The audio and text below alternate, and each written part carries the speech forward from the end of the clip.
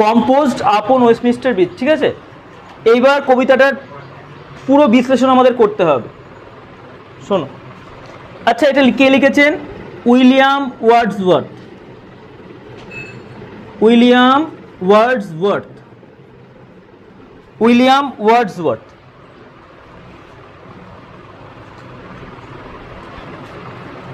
আচ্ছা, এই কবিতাটা তোমার হচ্ছে লেখা হচ্ছে তোমার কম্পোস্ট কত সালে করা হচ্ছে? রিটেন ইন কবে লেখা হয়েছিল? সেপ্টেম্বর 3, 1802 এই সালে এটা লেখা হয়েছিল, সেপ্টেম্বর 3-তে 1802-তে। কিন্তু পরবর্তীকালে সংশোধন করে বলা হয়েছে যে এটা জুলাইয়ের 31, 1802-তে এটা কম্পোজ করা হয়েছিল। মনে রাখবে, তাহলে প্রথমে বলা হয়েছিল কত সালে? এটা 1802 সালে সেপ্টেম্বর 3-তে নাকি এটা লেখা হয়েছে, কিন্তু পরে বলা হয়েছিল জুলাইয়ের 31 তারিখে 1802 সালে এটা কি লেখা হয়েছে। ঠিক আছে, আর এটা পাবলিশড হয়েছে 1807। 1807 এটা পাবলিশড হয়েছে। কোনটা বলো? হ্যাঁ দেখো, মানে প্রথমে এটা জানা গিয়েছিল যে সেপ্টেম্বর 3, 1802 সালে এটা লেখা হয়েছিল। হ্যাঁ, তার পরবর্তীকালে সংশোধন করে জুলাইয়ের 31, 1802 সালে এটা কি লেখা হয়েছে মনে করা হচ্ছে। আর পাবলিশ মানে এটা ছাপানো হয়েছে কত সালে? হ্যাঁ, এবার কোথায় ছাপানো হয়েছে? ছাপানো হয়েছে পোয়েমস ইন 2 ভলিউম। এই পোয়েমস ইন 2 ভলিউমস এটা ছাপানো হয়েছে। এখানে কোন কাব্যগ্রন্থ থেকে নেওয়া হয়েছে? এটা পোয়েমস ইন টেকেন ফ্রম, কোথা থেকে নেওয়া হয়েছে? Poems in 2 volumes. Poems in 2 volumes থেকে এটা নেওয়া হয়েছে।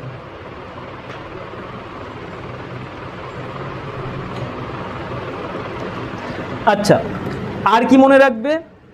আর মনে রাখবে এই কবিতাটার টাইপ, এটা একটা সনেট। এটা একটা সনেট। আচ্ছা, সনেট কি? 14 লাইনের কবিতা, 14 লাইন্স যাতে থাকবে। আচ্ছা, এই 40 লাইন্স কি করে ভাগ করা থাকবে জানো?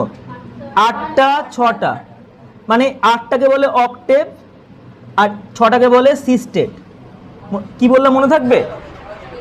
হ্যাঁ, 8টাকে বলা হয় অক্টেভ, 6টাকে কি বলা হয়? সিস্টেট। এটা একটা সনেট। এটা কি সনেট? এটা হচ্ছে পেত্রাকিয়ান সনেট।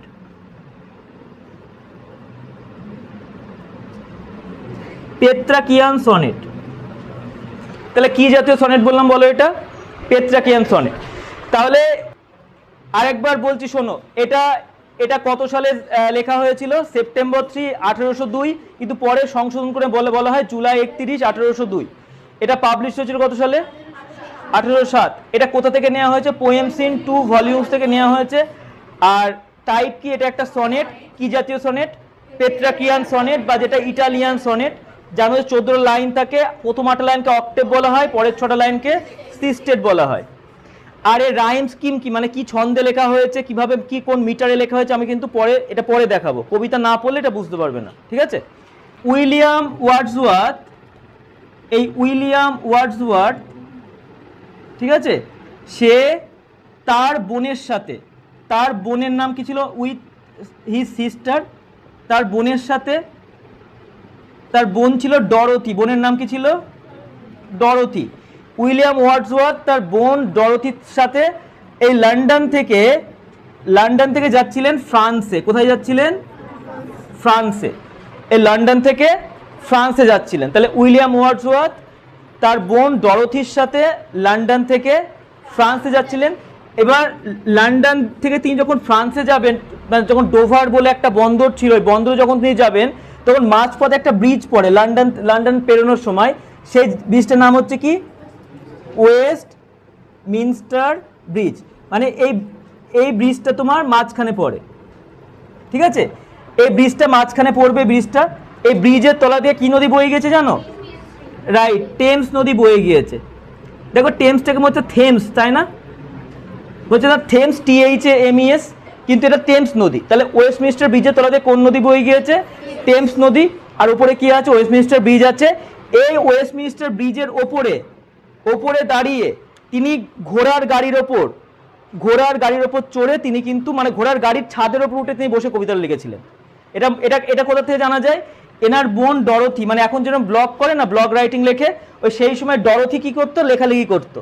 তার লেখা থেকে জানা যায় তখন সকাল বাজে, টাইম কখন বলো তো? টাইম হচ্ছে সকাল 5টা থেকে 6টার মধ্যে, ভোর 5টা থেকে 6টার মধ্যে। তার বোন আর উইলিয়াম ওয়ার্ডসওয়ার্থ দুজনে ওয়েস্টমিনিস্টার ব্রিজ যখন পার হচ্ছিলেন, তখন উইলিয়াম ওয়ার্ডসওয়ার্থ তার ঘোড়ার গাড়ি থামিয়ে তার ওই গাড়ির মাথায় চড়ে ওয়েস্টমিনিস্টার ব্রিজের ওপর থেকে এই পুরো শহরটা পুরো সৌন্দর্য সম্বন্ধে লিখেছেন, মানে লন্ডন শহরটা পুরো সৌন্দর্য সম্বন্ধে লিখেছেন, এটা বলা হয়। মনে থাকবে তাহলে উইলিয়াম ওয়ার্ডসওয়ার্থ কার সাথে গিয়েছিল? তার বোনের সাথে। তার নাম কি ছিল? ডরথি। কোথায় যাচ্ছিল? লন্ডন থেকে ফ্রান্স যাচ্ছিল, মানে ইংল্যান্ড থেকে ফ্রান্স যাচ্ছিল। এবার লন্ডনে কোন ব্রিজ পড়বে পার হতে গেলে? ওয়েস্টমিনিস্টার ব্রিজ, যার নিচ দিয়ে কোন নদী গিয়েছে? টেমস নদী। দেখে মনে হচ্ছে থেমস, বাট থেমস না, টেমস নদী। আর তিনি তখন সময় কটা হবে বলো? 5টা থেকে 6টা। এই হচ্ছে পূর্ব কথা। এইবার ওই ব্রিজের ওপর থেকে দাঁড়িয়ে গাড়ির মাথায় চড়ে আশেপাশের সৌন্দর্য কেমন দেখতে লাগছে সেটারই বর্ণনা তিনি করেছেন। ঠিক আছে, চলো এতদূর সবাই বুঝতে পেরেছো? আচ্ছা, এটা মুছলাম। তাহলে মেন পার্ট কবিতা, খুব মন দিয়ে শোনো। আমি তোমাদের প্রত্যেকটা লাইন ধরে ধরে বোঝাবো, কিন্তু মন দিয়ে শুনবে। ক্লাস 9-10 মতো কিন্তু এটা নয়। 11 লিটারেচার বুঝতেই পারছো, পুরো মন দিয়ে বুঝতে হবে। আর্থ, আচ্ছা এখন কবি কোথায় দাঁড়িয়ে আছেন বলো তো? বলো। ইংল্যান্ডের ওয়েস্টমিনিস্টার ব্রিজের ওপরে দাঁড়িয়ে আছেন, তার গাড়ির ওপরে বসে আছেন, সেখানে বসে তিনি কবিতাটা লিখছেন। কি বলছে দেখো, আর্থ has not anything to show more fair. পৃথিবীর এর থেকে বেশি সৌন্দর্য দেখানোর আর কিছু নেই। মানে বলতে চাই যে পৃথিবীর যত সৌন্দর্য দেখানোর কথা আছে, পৃথিবী যতটা সুন্দর হতে পারে, অ্যাজ মাচ অ্যাজ পসিবল পৃথিবী সেটা কি করে দিয়েছে? দেখিয়ে দিয়েছে। মানে ভোরবেলা এই লন্ডন শহর, তাহলে আমি যদি বলি প্লেস করতে কোনটা বলো তো? London city. আর টাইম কখন বলো তো? টাইম হচ্ছে ইন দ্য মর্নিং। মানে তুমি ডনও বলতে পারো। কখন বাজে? তখন 5টা থেকে, ভোর 5টা থেকে 6টার মধ্যে। আর লন্ডনের লন্ডনের কোন ব্রিজের উপর দাঁড়িয়ে আছে? Westminster bridge. তো ওয়েস্টমিনিস্টার ব্রিজের ওপর দাঁড়িয়ে তিনি বলছেন পৃথিবীর এর থেকে সৌন্দর্য দেখানোর আর কিছু নেই। Dull would he be of soul who could pass by. সেই মানুষটি হৃদয়ের দিক থেকে খুবই নিরস বা নিস্তেজ হবে, যে এটা পেরিয়ে চলে যাবে, মানে যে দেখেও না দেখার মতো করে কি এড়িয়ে এটাকে চলে যাবে। মানে বুঝতে পারছো? সেই ব্যক্তি হৃদয়ের দিক থেকে প্রচণ্ড নিরস, প্রচণ্ড নিস্তেজ, যে কি করবে? এই দৃশ্যটা দেখেও কি এড়িয়ে চলে যাবে। A sight so touching in its majesty. এমন একটা দৃশ্য যেটা খুব মর্মস্পর্শী। টাচিং মানে বলে না heart touching, kidney touching story, তো বলে না হার্ট টাচিং স্টোরি, অনেকে বলে না হার্ট টাচিং স্টোরি, মানে কি? যে গল্পটা তোমার হৃদয়কে স্পর্শ করে, মানে মর্মস্পর্শী।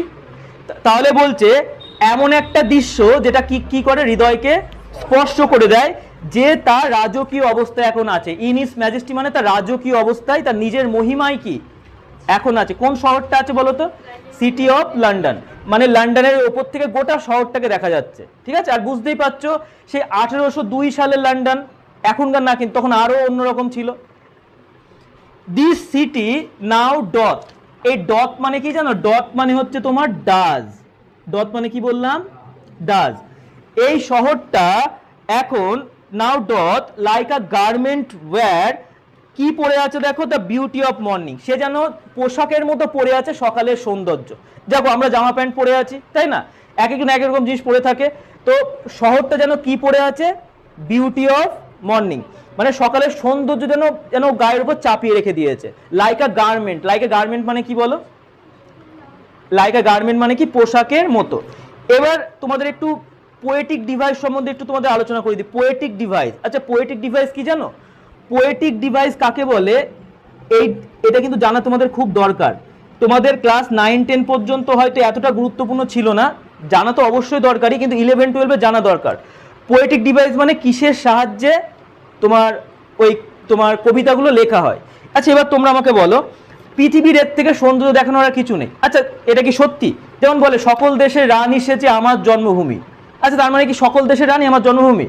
বাড়িয়ে চাড়িয়ে বলে না?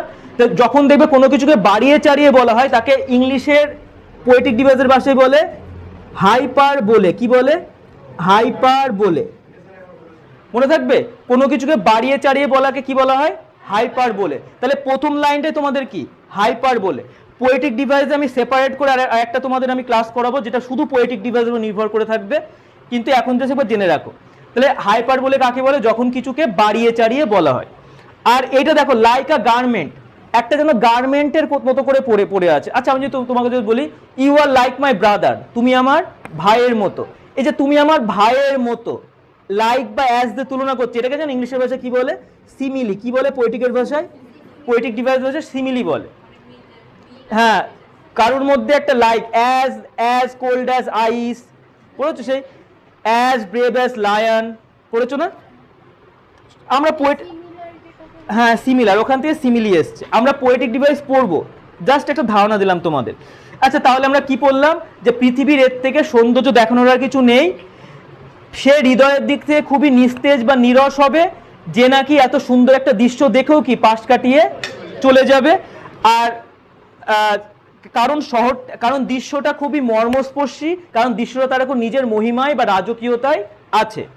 শহরটা কি পড়ে আছে? একটা গার্মেন্টের মতো কি পড়ে আছে? বিউটি অফ দ্য মর্নিং, সকালের সৌন্দর্য, যেটা সাইলেন্ট অ্যান্ড বেয়ার। আচ্ছা বিউটি অফ দ্য মর্নিং কেমন? সাইলেন্ট অ্যান্ড বেয়ার, চুপচাপ নিস্তব্ধ, আর বেয়ার মানে উন্মুক্ত। আচ্ছা চারিপাশে সব উন্মুক্ত খোলা হয়ে পড়ে আছে না?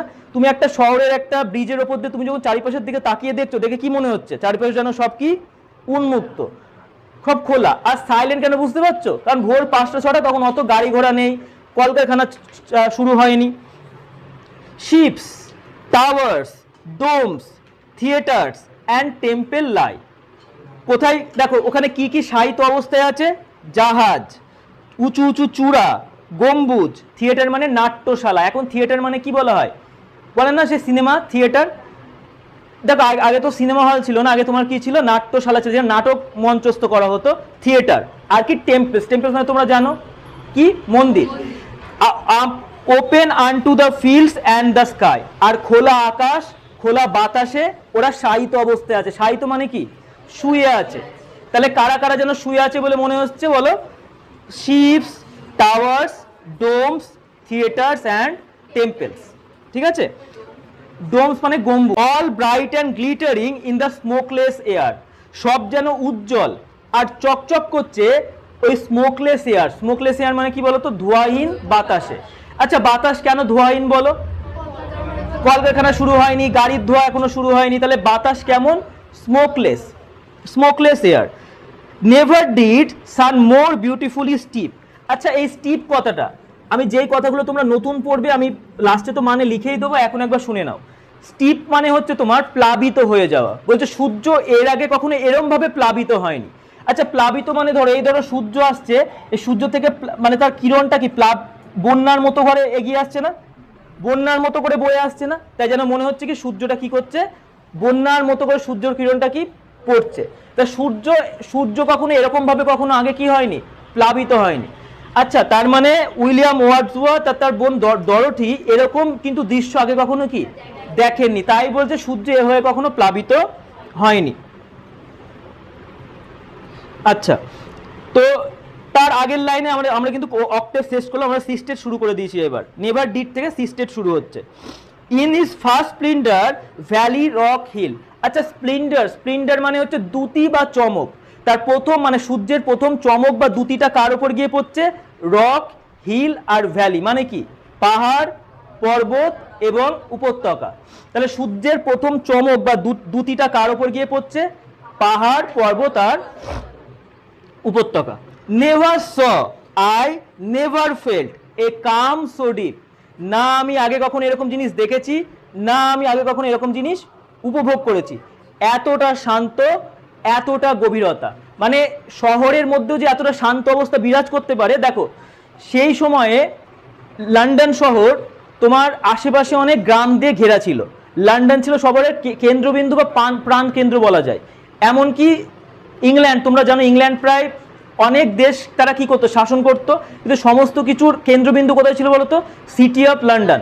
তাহলে বুঝতে পারছো শহরটাকে এমন অবস্থা আগে কখনো কি দেখা যায়নি। এতটা শান্ত, এতটা ডিপ, মানে এতটা গভীর আমি আগে কখনো আমি না অনুভব করেছি, না আমি দেখেছি। The river glideth. আচ্ছা গ্লাইডেথ, এই গ্লাইডেথ মানে কি জানো? গ্লাইড, আচ্ছা গ্লাইড করা মানে কি? গ্লাইডেথ মানে কি বলতো? বয়ে যাওয়া। নদীটা বয়ে গিয়েছে at his own sweet will, তার নিজস্ব ছন্দে, মানে স্বমহিমায় সে কি করছে? বয়ে যাচ্ছে। কোন নদী বলো তো? হ্যাঁ, তাহলে ওয়েস্টমিনিস্টার ব্রিজের ওপর থেকে দাঁড়িয়ে তিনি দেখতে পাচ্ছেন টেমস নদী নিজের ছন্দে কি সেটা বয়ে যাচ্ছে। ডিয়ার গড, এই দেখো এখানে একটা জিনিস দেখো, এই ডিয়ার গড বলে না, এখানে একটা এক্সক্লেমেশন, ভগবানকে ডাকছে, হে ঈশ্বর, হে আমার প্রিয় ঈশ্বর। এবার একে পোয়েটিক ডিভাইসের পাশে জানো কি বলে? একে বলে অ্যাপোস্ট্রফি। কি বলে? যখন কোনো একজন ব্যক্তি সামনে থাকে না, উপস্থিত থাকে না, তাকে যখন ডাকা হয় তাকে কি বলা হয়? তো আমরা হাইপার বলে শিখলাম, সিমিলি শিখলাম, আবার কি অ্যাপোস্ট্রফিও শিখলাম। আমরা আরো অনেক কিছু জানবো, এর মধ্যে আরো অনেক কিছু আছে, আমরা আস্তে আস্তে শিখবো। সিমিলি হচ্ছে যখন কাউকে লাইক বা অ্যাজ দিয়ে তুলনা করা হয়। You are like my brother, তুমি আমার কিসের মতো? ভাইয়ের মতো, মানে তুমি আমার ভাইয়েরই মতো। তাহলে লাইক দিয়ে তুলনা করছি না, তোমাকে আমার ভাই হিসেবে তুলনা করছি, সেটা বলো তো কি একটা simile.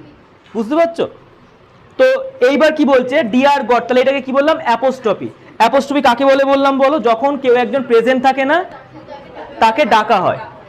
Deer God, the very houses seem asleep, ওই বাড়িগুলোকে দেখাচ্ছে যেন তারা ঘুমিয়ে আছে। বাড়িগুলোকে কি করছে? ঘুমিয়ে আছে। And all that mighty heart is lying still. Mighty heart, mighty মানে কি বলতো? শক্তিশালী। আচ্ছা এবার ভালো করে বোঝো, মাইটি হার্ট, আচ্ছা শক্তিশালী হৃদয়, শক্তিশালী হৃদয় যেন এখনো শুয়ে আছে। শক্তিশালী হৃদয়টা কে জানো? City of London. লন্ডন শহরটাকে কি বলা হচ্ছে? মাইটি হার্ট। এবার তোমাদের মনে প্রশ্ন আসতে পারে, মাইটি মানে শক্তিশালী, শক্তিশালী হৃদয় কেন বলেছে? কারণ তোমার দেখো, ওই তোমাদের বললো না পুরো আশেপাশের অঞ্চলের কেন্দ্রবিন্দু বা প্রাণ কেন্দ্র কোনটা ছিল? কিন্তু সেই মাইটি হার্টটাকে আজকে যেন মনে হচ্ছে না কি করে আছে? শুয়ে আছে, যেন এখনো জেগেই ওঠেনি। দেখবে একটা বাচ্চা যে সারাদিন চঞ্চল হয়ে মারামারি করে, ছুটোছুটি করে, দেখবে তাকে সব থেকে নিষ্পাপ কখন দেখায়? যখন সে ঘুমিয়ে থাকে। মনে হয় এই বাচ্চা এত যে কান্নাকাটি করে, এত যে চিৎকার করে, এখন তার এত সরল, সে এতটা সরলভাবে ঘুমিয়ে আছে। আচ্ছা এবার এখানে একটা পোয়েটিক ডিভাইস আছে, তোমাদের বলে দিই। মাইটি হার্ট, আচ্ছা হার্ট কাদের থাকে? মানুষের বা পশু পাখিদের হার্ট তো মানে লিভিং থিং এর থাকে। তাহলে পার্সনিফিকেশন কাকে বলে? যখন একটা নন লিভিং থিংকে লিভিং থিং এর বৈশিষ্ট্য দেওয়া হয়। তাহলে হার্ট তো শহরে নিশ্চয়ই হার্ট থাকবে না, তাহলে বলছে তাও তার জন্য মাইটি হার্ট, শক্তিশালী হৃদয়। তাহলে এটাকে কি করা হচ্ছে বললাম বলো? পার্সনিফিকেশন। আমরা পোয়েটিক ডিভাইসে আলাদা ক্লাস করব, কিন্তু তোমরা জাস্ট একটু জেনে রাখো জাস্ট, ঠিক আছে? তাহলে আমরা প্রথম অক্টেভে কি পড়লাম? প্রথম 8টা লাইনে কি পড়লাম দেখো, যে পড়লাম পৃথিবীর এর থেকে সৌন্দর্য আর কিছু দেখানোর নেই, মনের দিক থেকে বা হৃদয়ের দিক থেকে সে খুব নিস্তেজ বা নিরস, যে কি করবে এই সুন্দর অবস্থাটা দেখেও কি না দেখার মতো করে চলে যাবে, এড়িয়ে চলে যাবে। আর দৃশ্যটা খুবই মর্মস্পর্শী, কারণ সে তার কিসে আছে? রাজকীয় অবস্থায় এখন আছে। শহরটা পড়ে আছে একটা কি বিউটি অফ দ্য মর্নিং, মানে শহরের মানে সকালের সৌন্দর্য পড়ে আছে, তাই তো? লাইকা গার্মেন্ট, লাইকা গার্মেন্ট মানে কি বললাম? এটা কোন পোয়েটিক ডিভাইস? Simile, right. আর কি বলছে? শিপস, টাওয়ার্স, ডোমস, তারপর তোমার থিয়েটার, টেম্পলস, সব কি করে আছে? শুয়ে আছে। কোথায় শুয়ে আছে? ওপেন, উন্মুক্ত মাঠে এবং কি আকাশে। এবার তোমাদের একটা কথা বলি, শোনো, আরেকটা পোয়েটিক ডিভাইস শোনো। থিয়েটার, টেম্পলস, কোথায় টি দিয়ে শুরু হচ্ছে না? যখন একই কনসোনেন্ট সাউন্ড রিপিট হয় তাকে বলা হয় অ্যালিটারেশন। কি বলে? অ্যালিটারেশন। তাহলে অ্যালিটারেশন কাকে বলে? যখন ধরো একই কনসোনেন্ট সাউন্ড পাশাপাশি দুটো শব্দ কি হচ্ছে? রিপিট হচ্ছে। থিয়েটারের কি দিয়ে শুরু? টেম্পলস কি দিয়ে শুরু? তাহলে এই প্রসেসটাকে কি বলে পোয়েটিক ডিভাইসে? অ্যালিটারেশন। অ্যালিটারেশন, বুঝতে পারলে? আচ্ছা বলছে সমস্ত কিছু চকচক করছে আর ঝলমল করছে কোথায়? তোমার স্মোকলেস এয়ার মানে কি? ধোঁয়াহীন বাতাসে, রাইট। আর সূর্য এর অক্টেভ শেষ হলে সিস্টে শুরু হবে। সূর্য এর আগে এভাবে কখনো প্লাবিত হয়নি। সূর্যের প্রথম চমক বা দুটিটা কার উপর গিয়ে পড়ছে? রক, ভ্যালি আর হিল। এগুলো কিন্তু শর্ট প্রশ্নে দেবে। আচ্ছা এতটা শান্ত অবস্থা, এতটা গভীরতা আমি না আগে কখনো দেখেছি, না আগে কখনো আমি অনুভব করেছি। আর নদীটা তার নিজের ছন্দে বয়ে চলেছে, নিজের own sweet will. Sweet will মানে কি? মুক্ত ছন্দে বয়ে চলেছে। কোন নদী? The river Thames. Dear God, কোন poetic device? Apostrophe. Dear God, the very houses seem asleep. ওই ঘরগুলোকে কেমন বলে মনে হচ্ছে? ঘুমন্ত। আর মাইটি হার্টটা যেন এখনো কি হয়ে আছে? শুয়ে আছে। মাইটি হার্ট কে বলো তো? City of London. তাহলে প্লেস কোনটা বলো? লন্ডন। লন্ডনের কোথায়? Westminster bridge. টাইম কখন? ইন দ্য মর্নিং, যেটা 5টা থেকে 6টার মধ্যে মনে করা হচ্ছে ডরথির কথা অনুযায়ী। Rhyme scheme. Rhyme scheme, rhyme scheme মানে কি? ছন্দ কি করে মেলে? ছন্দ মেলায় না, একটা লাইনের সাথে একটা লাইন মেলে, এই রাইম স্কিম দেখো। আচ্ছা আমি লাস্টের ওয়ার্ডগুলো লিখে দিচ্ছি, তোমরা বলবে। আমি ফেয়ার, ফেয়ারকে যদি আমি এ ধরি, ফেয়ারকে কি ধরলাম? এ। ফেয়ার সাথে কি মিলছে? ওয়্যার। ওয়্যার মিলছে না? ওয়্যারের সাথে কি মিলছে? বেয়ার। তার সাথে আবার এয়ার। তাহলে দেখো ফেয়ার, ওয়্যার, বেয়ার, এয়ার। তাহলে এগুলোকে এ ধরলাম। এবার ধরো বাই, ওয়াই আছে, ম্যাজেস্টি, ওয়াই আছে। আচ্ছা তারপরে লাই, তারপরে স্কাই। তাহলে দেখো ছন্দটা কেমন দাঁড়ালো? A B B A, A B B, আব্বা আব্বা, আব্বা আব্বা হচ্ছে না? আব্বা আব্বা। এবার দেখো, আচ্ছা স্টিভ কারোর সাথে মিলছে এখানে? এর সাথে বলছে, বি এর সাথে মিলছে না, তাহলে স্টিভকে আমি কি ধরবো? আচ্ছা হিল কার সাথে মিলছে? তাহলে একে কি ধরবো? ডি। তাহলে স্টিপের সাথে কি মিলছে? ডিপ। ডিপের সাথে কি মিলছে? আর হিলের সাথে কি মিলছে? উইল। উইলের সাথে কি মিলছে?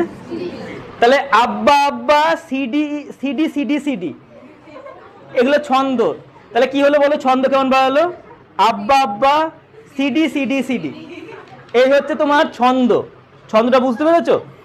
এবার দেখো অক্টেভ। অক্টেভে কি হলো? আব্বা আব্বা, এ B B A, A BBA.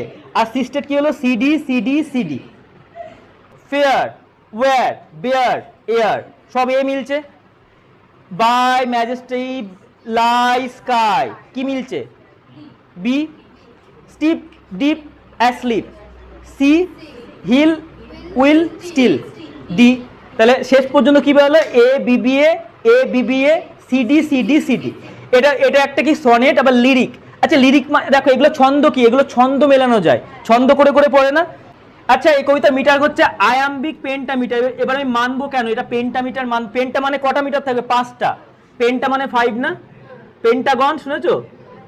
Iambic pentameter. এবার পেন্টামিটার আবার কি? দেখো পেন্টামিটার, তার জন্য আমাকে একটা লাইন লিখতে হবে। যেই কবিতা আয়াম্বিক পেন্টামিটার লেখা থাকে সেই কবিতার ধরন কি বলতো? সেই কবিতায় কটা সিলেবেল থাকবে? 10টা সিলেবেল। কটা থাকবে? 10টা। মানে 5 দুগুণে কটা? 10টা সিলেবেল থাকবে। 5 দুগুণে কটা? 10টা। দেখো মিটার উঠবে নামবে, দেখো বলো, দেখো সিলেবেল গুলো। আর্ট কটা হচ্ছে? একটা। হ্যাজ দুটো। নট তিনটে। এনিথিং কটা হচ্ছে? এই সিলেবেল কাকে বলে? যাও ধরো তোমার নাম, তোমার নাম সঙ্গীতা, তোমার কটা সিলেবেল আছে? সঙ্গীতা। দল যাকে বলে। আচ্ছা এনিথিং কটা দেওয়া হলো? 5টা। টু কটা? 6টা। শো 7টা। মোর, ফে, আর কটা সিলেবেল হলো? এরকম ভাবে প্রতিটা 14টা লাইন, 14টা লাইনে প্রতিটা জায়গায় কটা করে মিটার থাকবে? পেন্টামিটার মানে 10টা করে সিলেবেল থাকবে। মানে যা মিটার হবে তাকে 2 দিয়ে গুণ করে দিতে হয়। তাহলে পেন্টামিটার মানে 5টা মিটার, তার মধ্যে কি হচ্ছে? মানে উঠছে না। ধরে দেখো আর্ট, হ্যাজ, নট, শো, মানে একটা নাবে একটা ওঠে, মানে এরকম করে জিগজ্যাগ হয়, একটা নাবে একটা ওঠে। দাঁড়াও এই দেখো আমি ব্যাপারটা বুঝি। এই হচ্ছে তোমাদের এটুকুই বোঝার জিনিস। তাহলে আজকে কিন্তু তোমরা অনেক নতুন জিনিস শিখলে, যেমন হচ্ছে কি রাইম স্কিম কি করে তৈরি করে, আর মিটার ব্যাপারটা কি। হ্যাঁ ওইগুলো তো পোয়েটিক ডিভাইসগুলো লিখতে হবে, এগুলো পরে লেখাবো আমি তোমাদের পোয়েটিক ডিভাইস ব্যাপারটা কি।